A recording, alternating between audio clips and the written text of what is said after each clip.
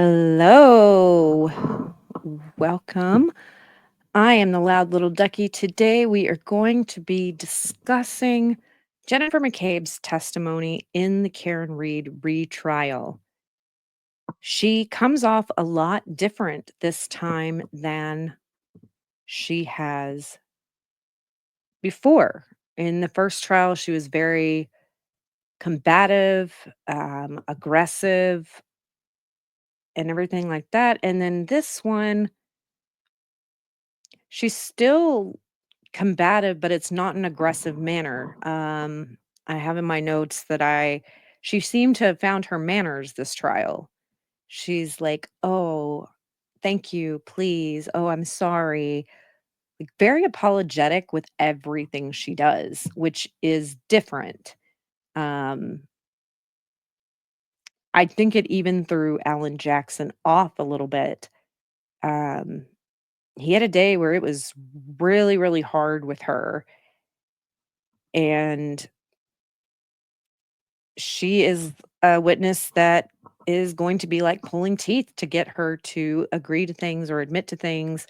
Um, she likes to see things so that she doesn't say something wrong, which that's the thing with the truth is if you just tell the truth, then you don't have to worry about your words, right?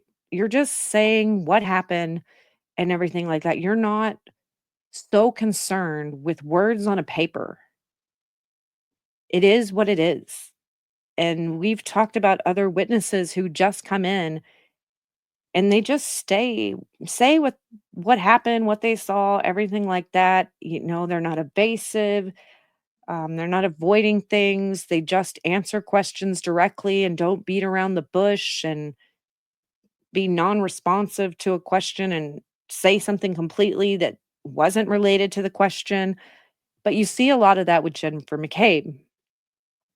And while some of the stuff for me, having watched trial one, is like, are you kidding me? But for jurors who do not know what trial one Jen looks like, did she come off better in some of her testimony? Um, it's just going to be very interesting, and I really would like to know afterwards what the jury thought of Jen McCabe. Did her new demeanor help her? Although in the last trial, jurors apparently found everybody from the house that night credible. They didn't see any problem with her. Will this jury see it different? This will now be um, a whole new group of 12 that are going to be weighing all of this. So that'll be 24 total plus alternates that also saw it, but at least 24 in total of both trials.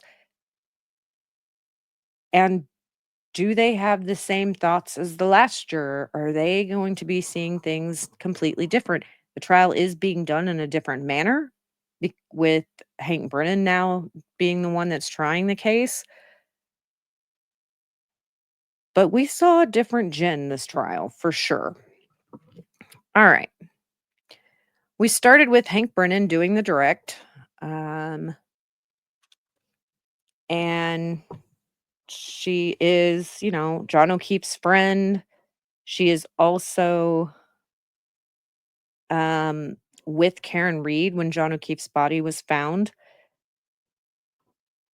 She states that she thinks she only had three drinks that night, so 2 or 3 drinks. She doesn't think she was intoxicated or inebriated or anything like that. She is also Nicole Albert's sister, who is one of the homeowners of 34 Fairview. She also has another sister. She has a couple of sisters. Um, but she has her sister and her brother-in-law live at 34 Fairview. So she has ties to that house. They show the waterfall video um, showing that they also talked about the fact that Jennifer McCabe and Karen Read both have MS, multiple sclerosis. So John thought that they would get along because they would have something in common. Uh, they left Waterfall to go to the Alberts home for Brian Jr.'s birthday and more drinking. She says that there was light snow around midnight, um, and that from the waterfall to 34 Fairview was about a 5 to 8 minute drive. And when she arrived, she said that the Jeep was parked on the street. Well, the Jeep that's parked on the street belongs to Brian Higgins. She doesn't remember knowing if it had a snowplow on it, but Brian Higgins says that he did have a snowplow attached to the front of his Jeep, but she doesn't remember anything about that. She said she went through the front door and they went into the kitchen where Julie Nagel, Sarah Levinson, um, her niece and nephew were there, which I believe that is Allie McCabe. No, Allie McCabe would be hers. Caitlin Albert, sorry. Caitlin Albert was there, and her nephew, Brian Albert Jr., were there, celebrating Brian Albert Jr.'s 23rd birthday. She does know Julie Nagel.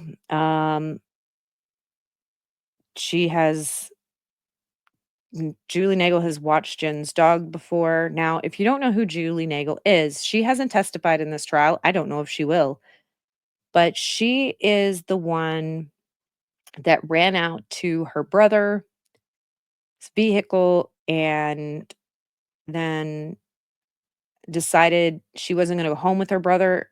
Um, that Jennifer McCabe and her husband Matt McCabe were going to take her and her friend home.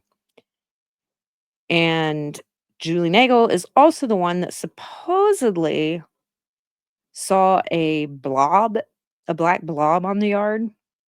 Um, and then she testified at one point that it looked like it was like a 5, 6 foot blob laying in the lawn that was like the shape of a body, even though she never testified or told anyone about that, the size of it, um, until trial one, never before. And we don't know if we'll ever hear anything like that again because she hasn't been called. Um, Higgins, Brian Albert, Nicole Albert were all there. Everyone's drinking and they're listening to music. She said she might have had a White Claw at the Alberts. Um, and then she was talking about giving directions to John O'Keefe when Karen and John were driving to 34 Fairview because they had never been there before. And she says that she told John that it was that he could go by Bella's house to find their 34 Fairview. Now, Bella's mom is somebody that John O'Keefe maybe dated for a little bit. Maybe they just went on 1 or 2 dates, maybe they just talked, whatever. But Bella is a friend of John O'Keefe's niece, as well. This is Bella's mom gets brought up a lot. She has been injected to this trial so many times, and I'm sure she wishes she was left out. But the reason Bella's mom is important for them to mention is because part of the story is that Karen Read was so jealous at and mad when she heard that 34 Fairview was by Bella's mom's house or Bella's house. And that just sent Karen Read into a rage just hearing one of John's ex's names. And Karen think, "Well, why is she mentioning Bella's mom's house?" Like, um, I don't know if Karen Read heard that phone call, or if John was speaking to her just like,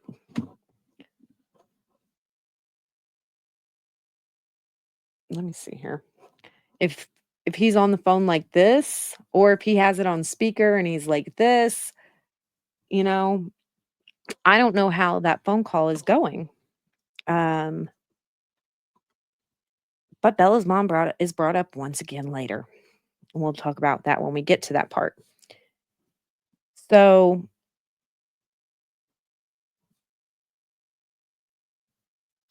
she says that after 12:15, she made a second call to John when driving.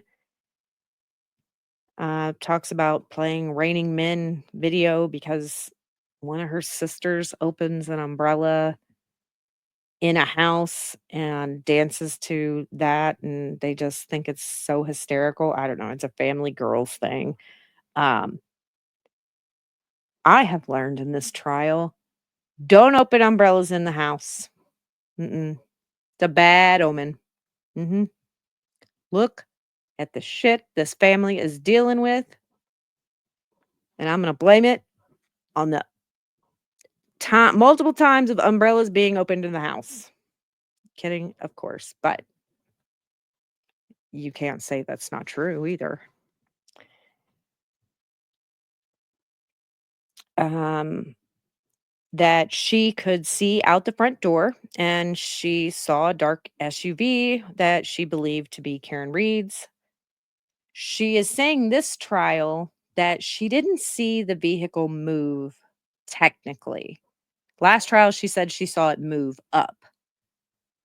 But now she's broken it down to where she didn't actually see it like drive up, but she saw it at this location, and then when she looked another time, it was over here, and then another time it was over here. So she had seen it had moved, but she didn't see it drive and move, is her clarification this trial.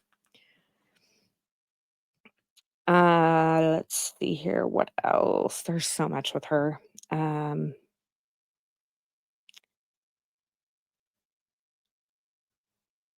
so she saw it at different locations. She saw it right straight in front of the front door on the road. She saw it by the flagpole, and then she saw it up from the flagpole. She says that John O'Keefe and Karen never came into the house. She sent a text saying, "Pull behind me." And then she later noticed that the car was gone. She never went out to the car to be like, "Hey guys, you coming in?" Why would she, is what she says. Why would I go outside and ask them? I don't know. She said she stayed at 34 Fairview until about 1:30 a.m. Higgins left first. She did say when they left that they passed by the house. Oh, sorry. So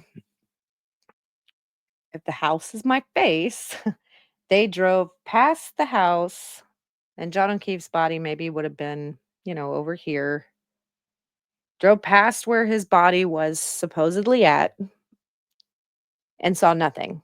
Even with the headlights, saw nothing, but she says she really wasn't looking. She was looking at the back seat, talking with Julie Nagel and Sarah Levinson, about PB&Js, which she had a loaf of bread in the car. She says that she has it in there because she had just had her niece, and sometimes she has her niece and they go to, like, maybe sports, or they go somewhere, and so sometimes instead of pulling somewhere, she keeps it in there so that she can make her niece a PB&J. Um, uh, or maybe just a peanut butter sandwich. Maybe there's no jelly. There's apparently no utensils either, so I don't know how she's doing that. I don't even know if the bread was an open bread or if it was a fresh, brand new bag of bread that had never been opened.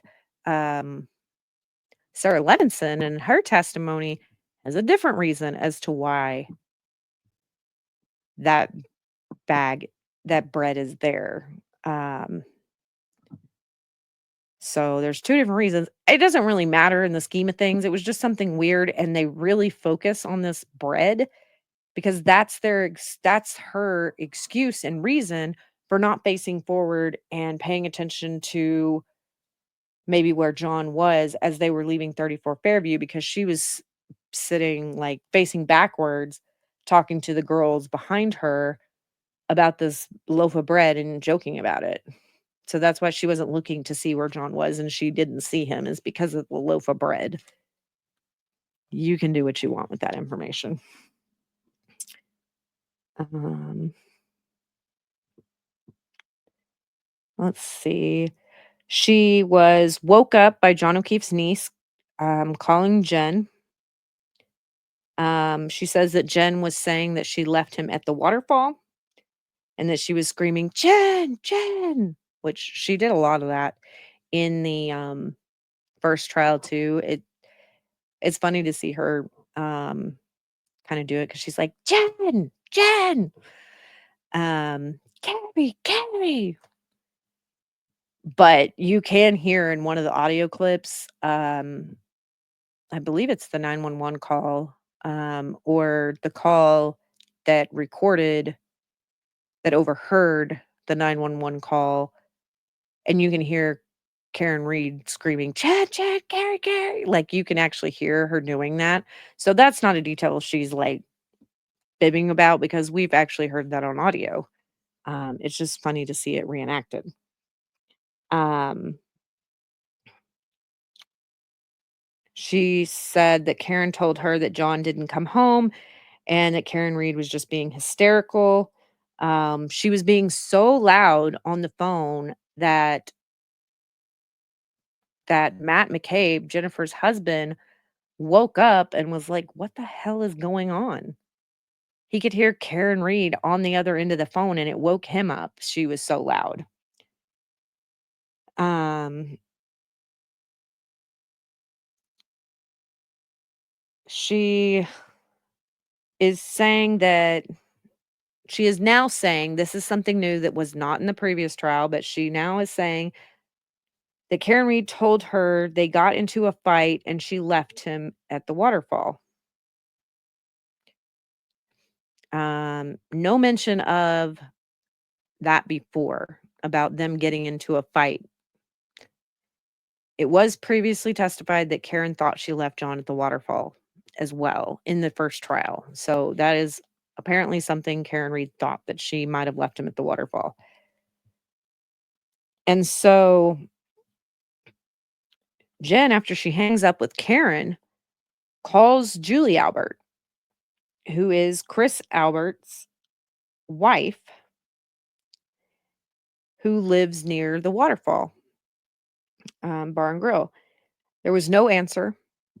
Um, but she said she was calling to see if maybe they knew about John O'Keefe possibly being at the waterfall or near the waterfall or if they ever saw him because they live over there. There was no answer, so we don't know much about that. Um, she said that she didn't have Karen's number, so she called John O'Keefe's niece back after and she remembered that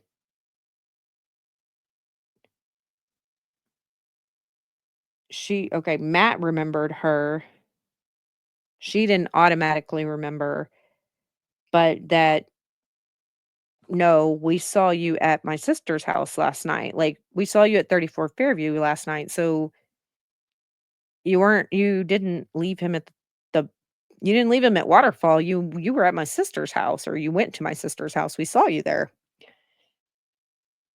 That she was screaming Jen's name and saying, "Could I have hit him? Did I hit him?" Um, she said it was hard to follow or understand. And another new piece that came out is that she says on this phone call that Karen Read told her about her cracked taillight. Well, that's new because that was not mentioned last year.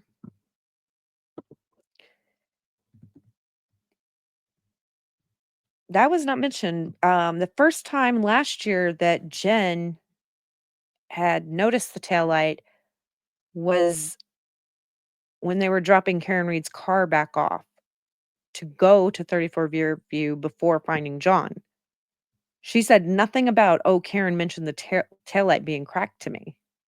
But now this year, Karen told her on that phone call that morning, before any of that Karen admitted her taillight was cracked.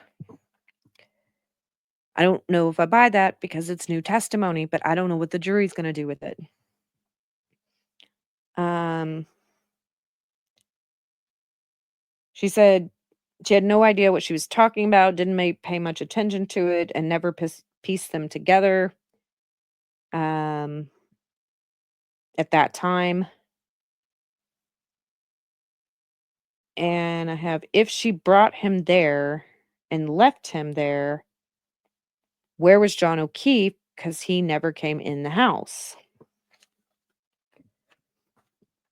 That's what they were thinking about.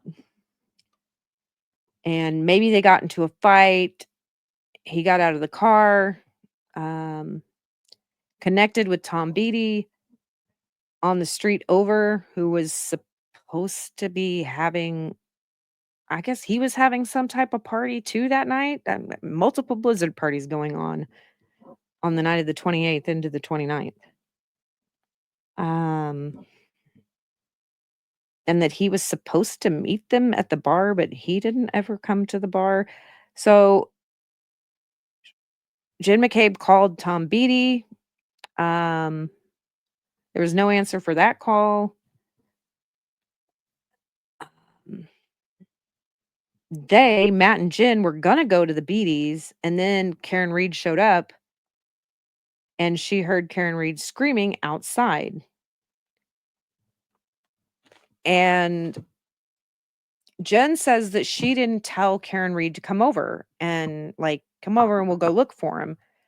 Last year, I believe she said that. This year, she states that, "No, I didn't invite her over, she just showed up." So, I don't know which one it is. Is she lying now or is she lying then?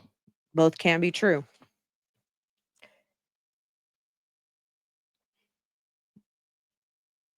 Um, Heard her say, "Jen, Jen, Jen." She said it like 3 times. Jen McCabe was not friends with Carrie Roberts at this time. She didn't really know her that well. They had met one time at a Reebok. That's a story. And that Karen Read was saying, "Could I have hit him? Did I hit him?" Um, and that, Matt was like telling her, "Tell her to shut up. She's going to wake the neighborhood up," and stuff like that, because she was screaming so loud. Well, apparently it will wake the McCabe's neighbors up, but it doesn't wake the Alberts up or anybody else, supposedly, according to everybody else. Um, and then she says that her husband, before they left, said, "Well, you can't be driving around town with a broken taillight." Like, Matt reminded them of that. Like, "Oh, y'all don't be driving around with that broken taillight." That's new. I don't know that I buy that. I don't think Matt was concerned about a broken taillight at all. They're fixing to go look for a missing guy, and everybody had been drinking the night before. And he's worried about them driving around with a broken taillight at 5, 6 in the morning. No, I don't buy it. But it's not her that remembers, it's Matt that remembers this. So she's not attributing those words to herself. She's saying her husband told her these things. Um, she takes her shoes off in John O'Keefe's house, and Carrie did too.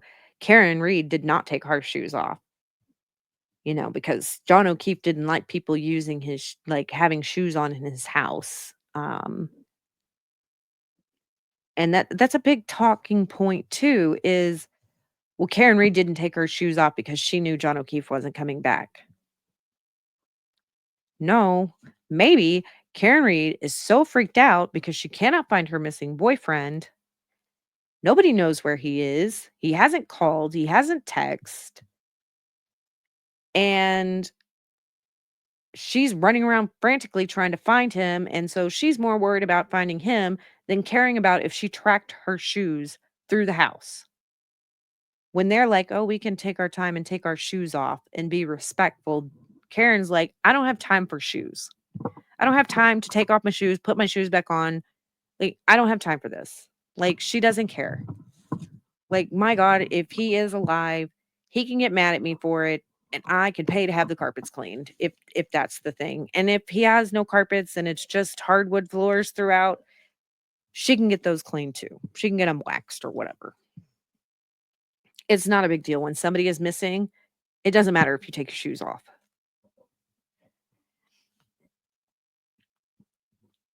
Um, she said she looked at the cracked taillight after looking in the house for John O'Keefe. She emphasizes everything. Karen Read says everything 3 times over and over. Like, she's like, "Oh, she says this 3 times. She says this 3 times. She says this 3 times." And the reason she wants to emphasize Karen Read says everything 3 times is because of the "I hit him, I hit him, I hit him." That was 3 times. There was a huge battle with the firefighter Nuttall. Was it 2 times? Was it 3 times? And she wants to make sure everything is 3 times with Karen. Everything is 3 times. I'm like, "Geez, can you emphasize that more, please?" And then you've got another firefighters that's like, "No, it was 4 times." Okay.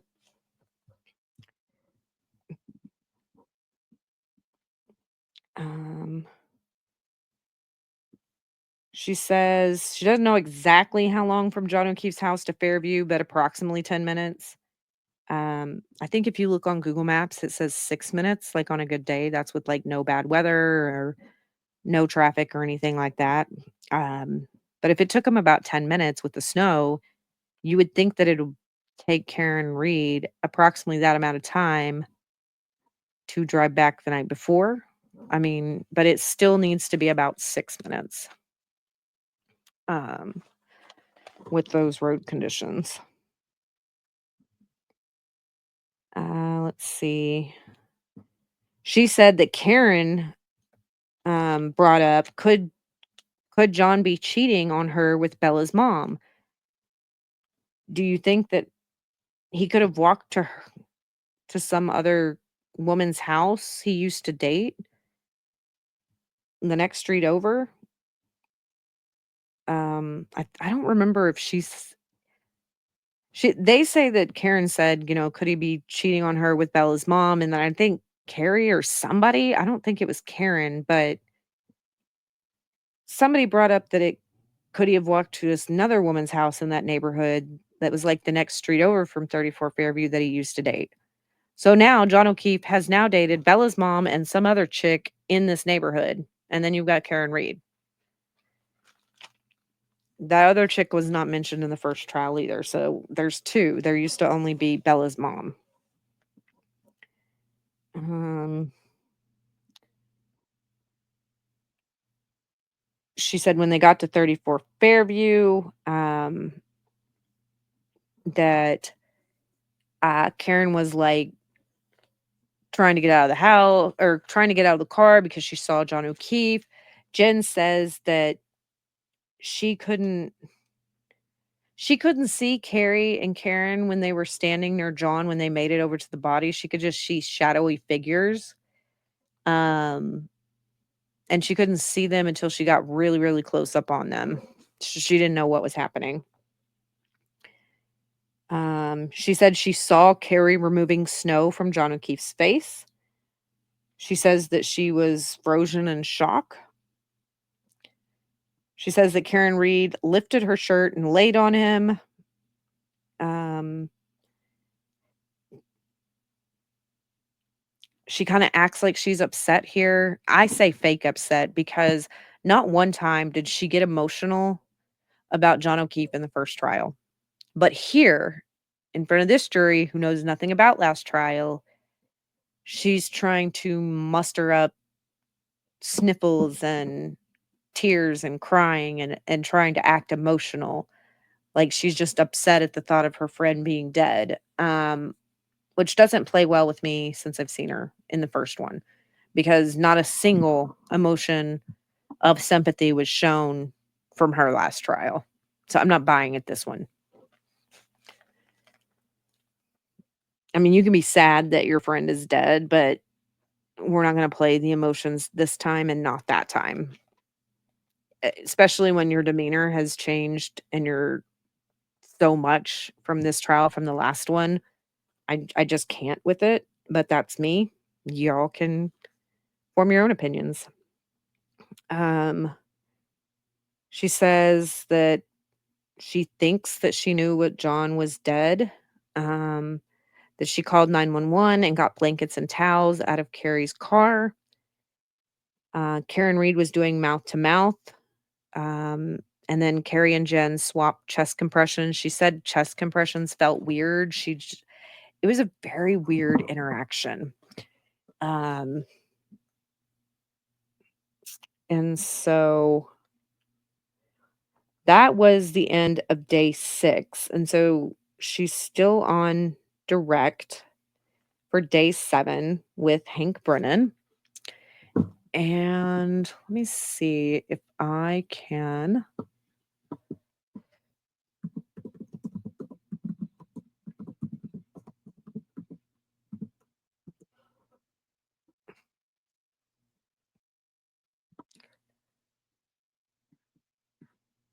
Mm, let me see something.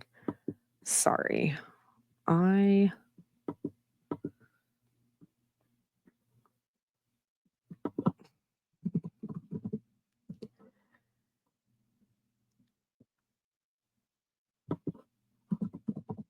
I want to pull up this 911 call.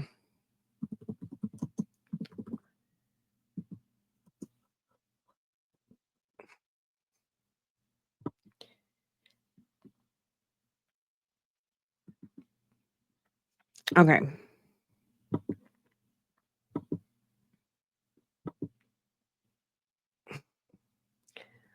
I am going to share this with y'all.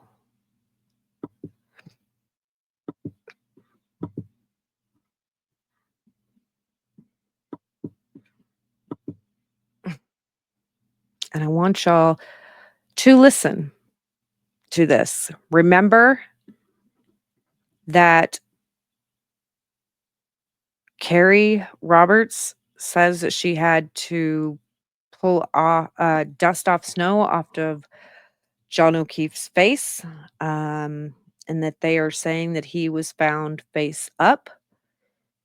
Um, but let's listen to this call. This is at 6:03 on January 29th, 2022.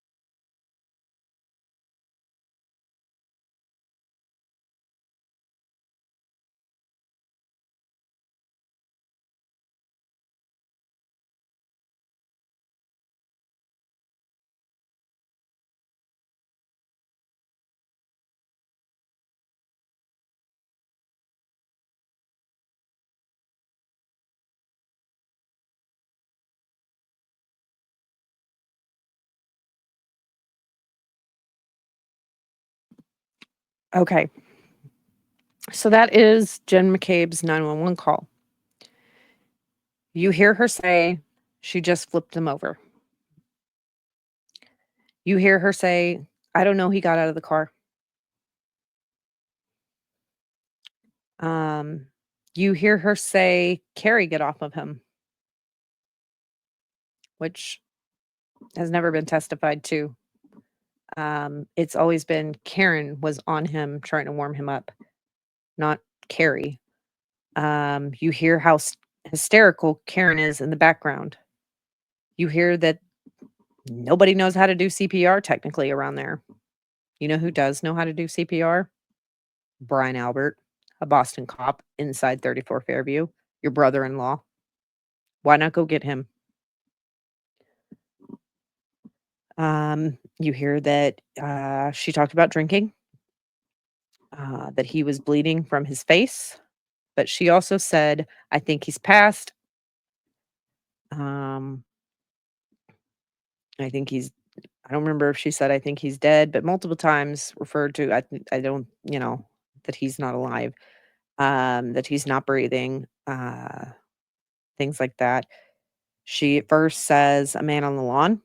She she eventually says his name and gives his age, John O'Keefe, John, 46, and she does not say that he's a police officer. That might have gotten them there quicker. Jen McCabe says that 911 responds to everybody equally. Okay, they should, yes. But if you were to tell them there was an officer down, it would be as much manpower as you could possibly get. She didn't think that was important. She says she was just giving the important details, um, and trying to get the information out to 911 so they could get some help. Um, but that is the 911 call. Y'all can let me know what you think about that, but I wanted you to hear it from yourself. I debated whether I was going to actually play it or just tell y'all about it, but I wanted y'all to hear it. Um, get there as fast as possible. She was trying to be calm on the 911 call because everything was chaotic. She said she didn't flip him over after it was asked about later. That she didn't flip him over, that they tried to get him on his side or flip him, but they couldn't. So I don't know. But they didn't actually flip him. So we don't know how he was actually laying before or how they tried to flip him or if they flipped him. We just don't know. We don't even know where his body was because it was never photographed. Uh, he wasn't actively bleeding, but blood was coming from his face. She called Nicole Albert. There was no answer. Um, and then when the police officer arrived, she ran to get the police officer. When he arrived, she took control of the situation. Um, Karen Read was saying, "Is he dead? Could I have hit him?" She said that Officer Seraph, Lank, Good, and Morse, and others, basically not more, but others she spoke to multiple times. Jennifer McCabe did. Um, that they had Karen Read sit in the cruiser to try to calm her down. Um, at the scene, Karen Read went and or Jan went and sat with Karen Read in the back of the cruiser. Carrie came over and was at the door. Um, they were praying, about talking about who's going to take care of the kids. She's Now she says now they're out of the car and Karen is yelling, and pulling on Jen, telling her to Google hypothermia and how long to die in the cold, which is interesting because Carrie Roberts, prior at this trial, said that they were in the back of the police cruiser when this has happened. This is Carrie Roberts remembering that Jen told her they were in the police cruiser when this happened. Now, Jen's testifying after Carrie. I don't know if they were in the police cruiser and she told her to Google. I don't know if Karen ever told her to Google. I don't know if they were out of the police cruiser and Karen told her to Google. I don't know which is which. I don't know any of those three stories. But there is a world where there's a world that Karen could have done that. I don't know where or when, but she could have done it. I don't know why she wouldn't just ask the EMTs and paramedics and stuff. She asked Jen to Google things. But there's a world where Jen wants to make sure that places them talking or Karen Read asking her to Google in the back of a police cruiser. It needs to be outside of the police cruiser. Because if it was in the back of the police cruiser, then the dash cam footage and audio of the car that they were sitting in should have captured that conversation of Karen Read asking Jen to Google hypothermia. But if it is outside of the police cruiser, there is no video or audio of this, and there are no witnesses to it. And she says that Carrie Roberts was not around at this point. Carrie Roberts had already gone off to do something else because Karen Read told Carrie Roberts, go do something. Like told her go do this. And so Carrie went away. That was weird.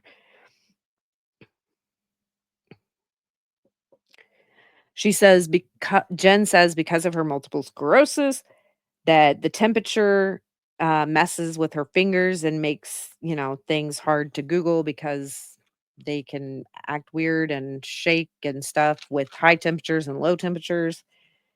That's why she says there's misspellings. She doesn't know if the page loaded when Googled and that she only Googled it around 6:23 and 6:24 a.m. And why is this important? She recently added, I don't know if the page even loaded. Why is that statement important? That statement is important because the tech expert, Ian Whiffen, he stated that it didn't even look like the page for how long to die in the cold or how long to CIKD in cold or whatever. Those Google searches about hypothermia, that one of them or some of them didn't look like they loaded completely. And so it didn't register as a full search. It didn't bring up like a page. So by Jen saying, I don't even know if the page loaded, she is corroborating the tech expert on that phone. Interesting, she is corroborating and fixing. She may not be fixing, she may just be doing this, and she may not be actually watching the trial and watching testimony of other people's. But it's interesting, she is fixing things in other people's testimonies to explain away their things that they messed up on, but she's also corroborating what the tech expert says. Now, was she prepped for her testimony? Yeah. She was prepped. She had meetings. She says she hasn't watched the trial. We know she has talked to Carrie Roberts. She says they have not talked about the case or testimony or anything like that. They were discussing kids and stuff like that, but they have talked. But she says nothing about the case. I don't know if I believe that. I don't believe I don't know if I believe that she's not watching testimony or she's not seeing things that's going on in this case before she has testified. Because her story is interesting in those spots. Um, she said there was a woman firefighter around when Karen Read said, I hit him, I hit him, I hit him. Um, she says when she heard Karen say that she was in shock and she was taken aback and was like, "What are you saying, Karen? Like, stop, stop talking." Um, but the officer was standing around, and the female firefighter, Katie McLaughlin, was standing around when she stated, "I hit him, I hit him, I hit him," and she's just in shock. Now, why are you in shock? And you just could not believe that she was saying this. And this is where she's talking about, well, I didn't put two and two together because you said she had already told you and showed you her busted taillight. And she had talked to you about her busted taillight. And now you hear her saying, I hit him, I hit him, I hit him. Granted, no one yet has asked Karen Read, what do you mean you hit him? What did you hit him with? Did you hit him with your car? Did you hit him with your fists? Like, what do you mean you hit him? And apparently at this point, Jen says she hasn't put it together. But we're going to get to the point where Jen apparently has solved the entire case before we get to the end of Jen's testimony.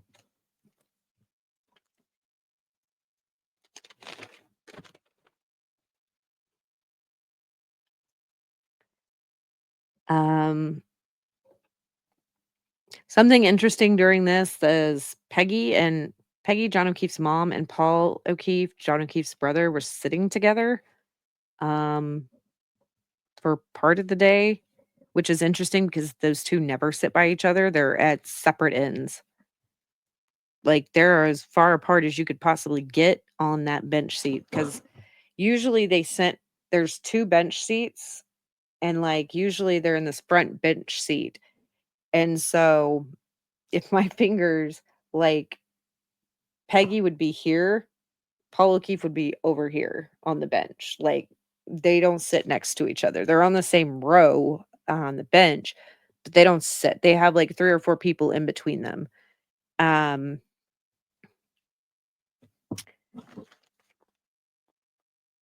but and then, she says, Officer Lank told Jen to go inside and wake up Nicole and Brian Albert. Did he? Did an officer tell you to go inside a house where a man has been found dead on the lawn and go wake them up before they can check the house to see if that house is clear?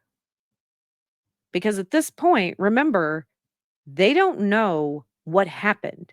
There is a dead police officer or a dead guy on the lawn.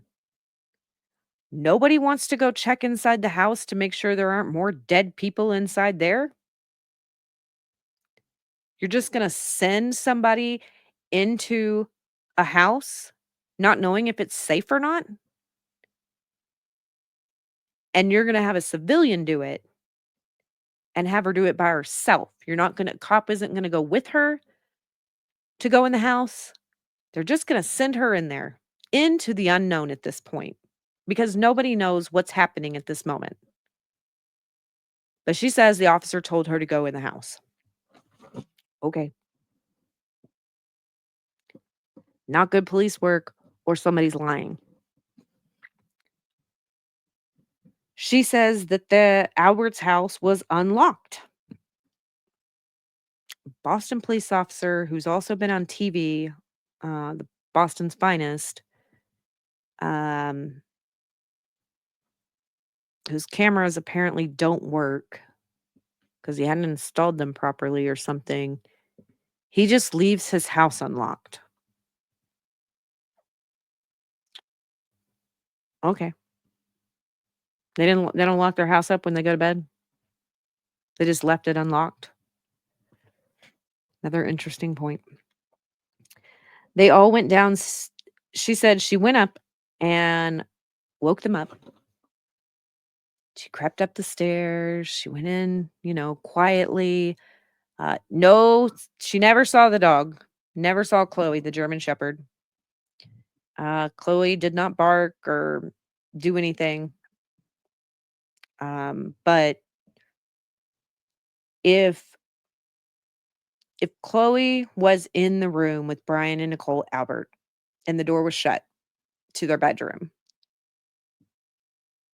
then Chloe couldn't get out to, like, come greet, um, Jen at the door. Like, why is there somebody coming through the door? Like, usually, like, if I have my door cracked and my dog hears somebody, they will either, like, perk up and, like, listen.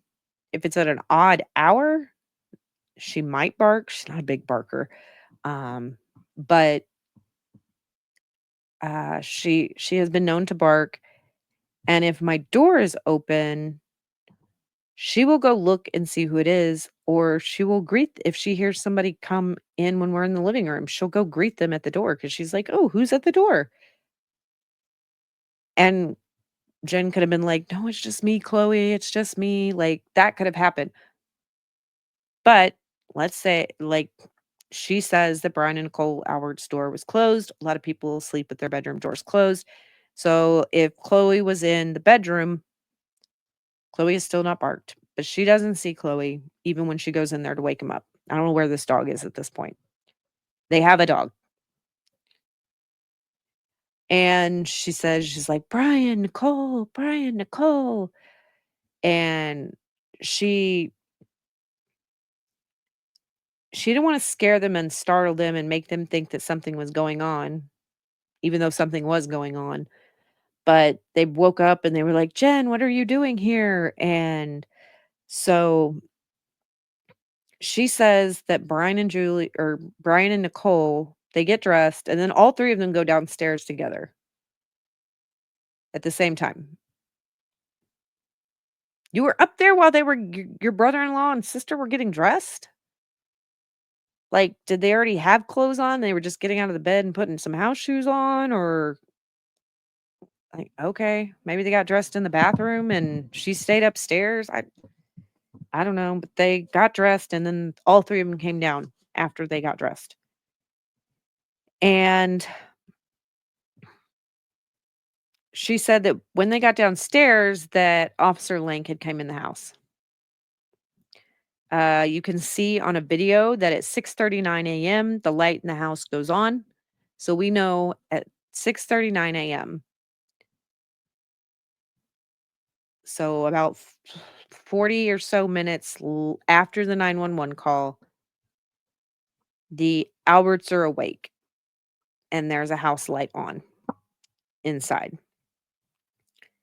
Um, and that she says that she also has now not spoken to Karen Read again after an ambulance phone call. She says that the people in 34 Fairview were comforting Jen and um, they were just really comforting to her.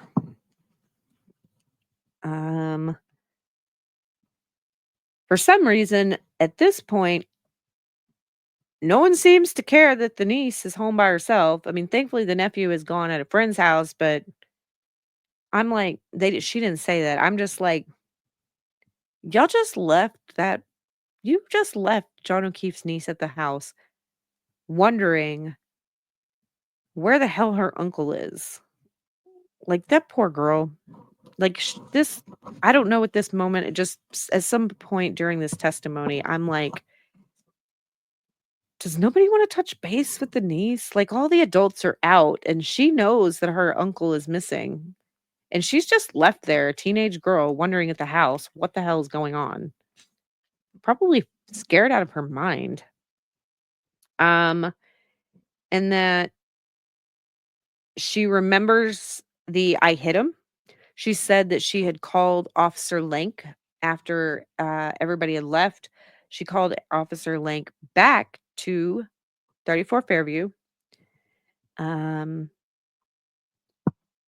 and then Officer Lank talks with the group, and she talks to Lank, which in this trial, she says she was saying that Karen Read said, "I hit him," even though Lank doesn't put that in his report. Um, Lank does not put in his report that Jen McCabe said that Karen Read confessed and said, "I hit him."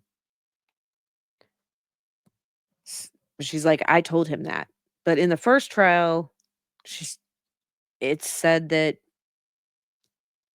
she was saying that Karen was like, "Did I hit him or could I have hit him?" But in this one, it's, "I hit him." But that's not documented anywhere. Um, she says that Proctor had called Jen. Jen went home, and then she spoke with Trooper Buchanan and Proctor. Her husband was home, and Brian Albert was there. So she had her brother-in-law at the house when she was being interviewed by Massachusetts State Police. Brian Albert was by her side. She calls Brian Albert for a lot of things. And we will see that when we get to cross. But she calls Brian Albert a lot of times. But what she doesn't do is call Brian Albert or get Brian Albert when John O'Keefe is found on that lawn. She calls him for everything else but that. A first responder who knows CPR. Her friend is dying on the lawn. She doesn't call him then. She calls him every other time. It's interesting. She says that the next day that she went over to John O'Keefe's house because she wanted to be there and support Peggy O'Keefe and, John O'Keefe's family and everything. And she said, like, everybody was there, even the car repairman. Why is there a car repairman at John O'Keefe's house the next day? Is John O'Keefe really close with the car repairman? Or is there a car repairman there fixing John O'Keefe's car the day after Karen Read hit it? Because there is video of Karen Read backing in to the Chevy Traverse at 5 something in the morning when she's on her way to Jen McCabe's house. And backs into with that tail light that is in question into John O'Keefe's car. And you want to tell me the next day after this incident, there is a car repairman at John O'Keefe's house. You probably shouldn't have let that slip. Could he be there innocently? Yes. Does it make you ask questions? Yep. 'Cause where's that car repairman? I wanna know what he was doing there. Was he doing a job, or is he just really close with John O'Keefe? Where is he? And why are we just hearing about this car repairman for the first time in this trial? It's 2025. This case has been going on since January of 2022.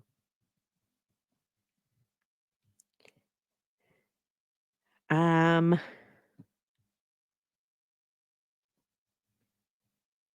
Let's see. Peggy asked her for a timeline, um, which we talked about in Carrie's testimony is Peggy O'Keefe, John O'Keefe's mother, apparently asked Jen McCabe, Carrie Roberts to create a timeline of what happened. And Karen Read, or not Karen Read, Carrie Roberts, Jen McCabe got together, compared things, and Jennifer McCabe's sister Denise wrote this timeline out. As Jen is saying, "Oh, this happened," and Carrie was saying, "And then this happened," and they wrote out a timeline of everything that happened. I don't know why you need a timeline if you know what happened supposedly. You know Karen Read did it because she said I hit him. Why do you need a timeline? Why are you needing to write out a timeline? Um, and let's see. She said she later remembered about the tail light, and she just wants to be helpful. She wants to be helpful to the police. So she wants to talk to them a lot. She wants to give them all the information. She wants to create this timeline so that she can just make everything so easy and help in finding out what happened to John O'Keefe. She wants to be helpful and wants you to remember that as we go into Cross. I'm going to cover Cross in another video. This is her direct with Hank Brennan. Next video will be Jennifer McCabe's Cross with Alan Jackson. And that one goes on for quite a while. But hit the like button. Um, comment on this video, your thoughts, share, turn those notification bells on so you know when all the witnesses are testifying and what they had to say in the Karen Read trial 2.0. And I will see you guys next time. Bye.